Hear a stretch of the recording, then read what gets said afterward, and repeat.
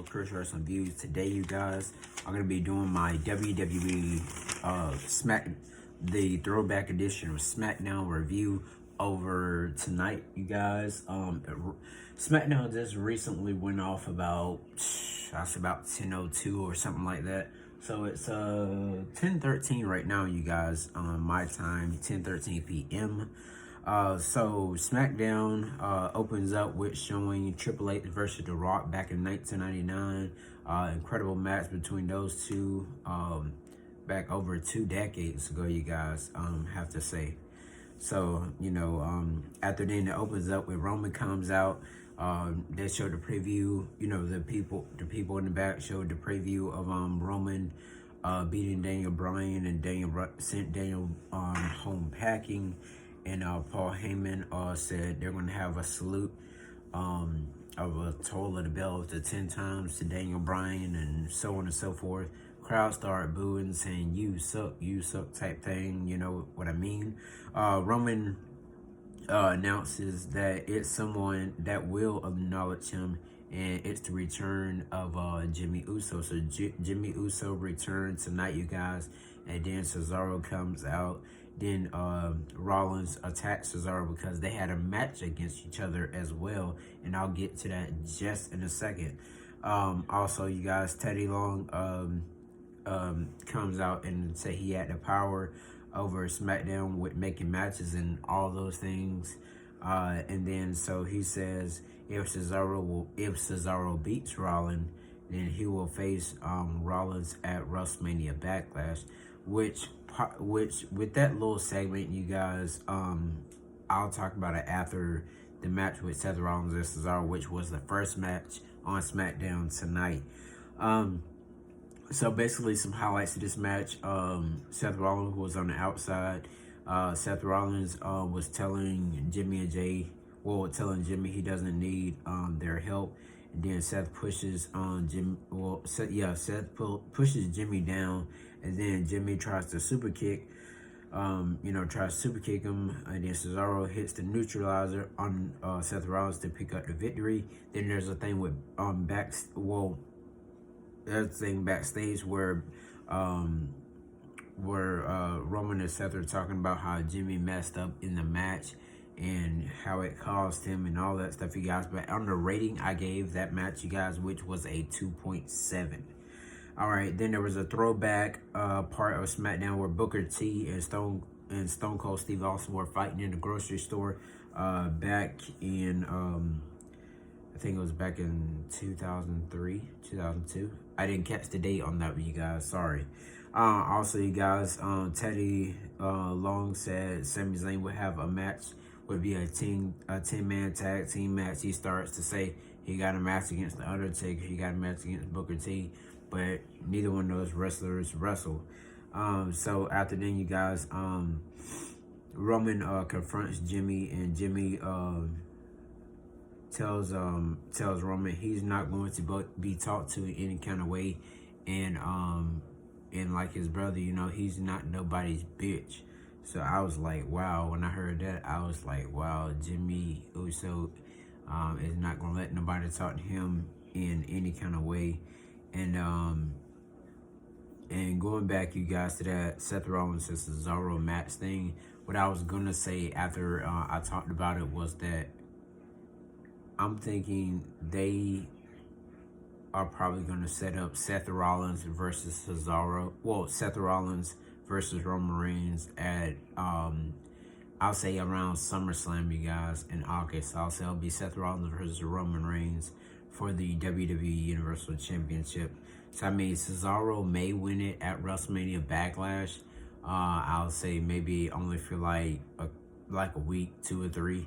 And then ends up losing it back to Roman Reigns, and then it's probably gonna be like a continuous feud between those two.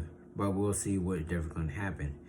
And then the second match we got, which was a short match. I only give that match a 1, which was Ruby Riott and Carmella. And it's not really much I have to talk about that match, you guys. But Carmella won with the submission. And with that submission, you guys, I mean, she just ended up winning, but That's all I have to say about that. In the words of Stone Cold Steve Austin. Throwback. Yeah, it was another throwback, you guys, of Edge and Hulk Hogan winning the tag team titles in 2002. That was a pretty good match as well. Edge won with one of the great superstars back like 3 decades ago. And so yeah, you guys, pretty good. So there was a promo. Bayley displays all the women's champions from the past, all the way to now, where it showed Bianca Belair, and Bayley said that she will be Belair's last title defense. Then Belair comes out and say she will win, and Bayley laughs. Then a brawl ends up breaking out between the two, because Bayley ends up pulling on the earring of Bianca Belair, and then after Bayley get finished beating her up, she ends up walking out. So yeah, definitely gonna see what's gonna happen at WrestleMania Backlash between these two. Will Bayley get the title or what? Also, you guys, there was another backstage segment, you guys, which was with Jimmy and Jey Uso. It talks about Jey been helping Roman all this time, and how how Jimmy said he wants to do their thing what they used to do, which was compete for tag team titles, and he said that's how family does. So with that, you guys, I'm wondering what is going to happen next week on Friday Night Smackdown.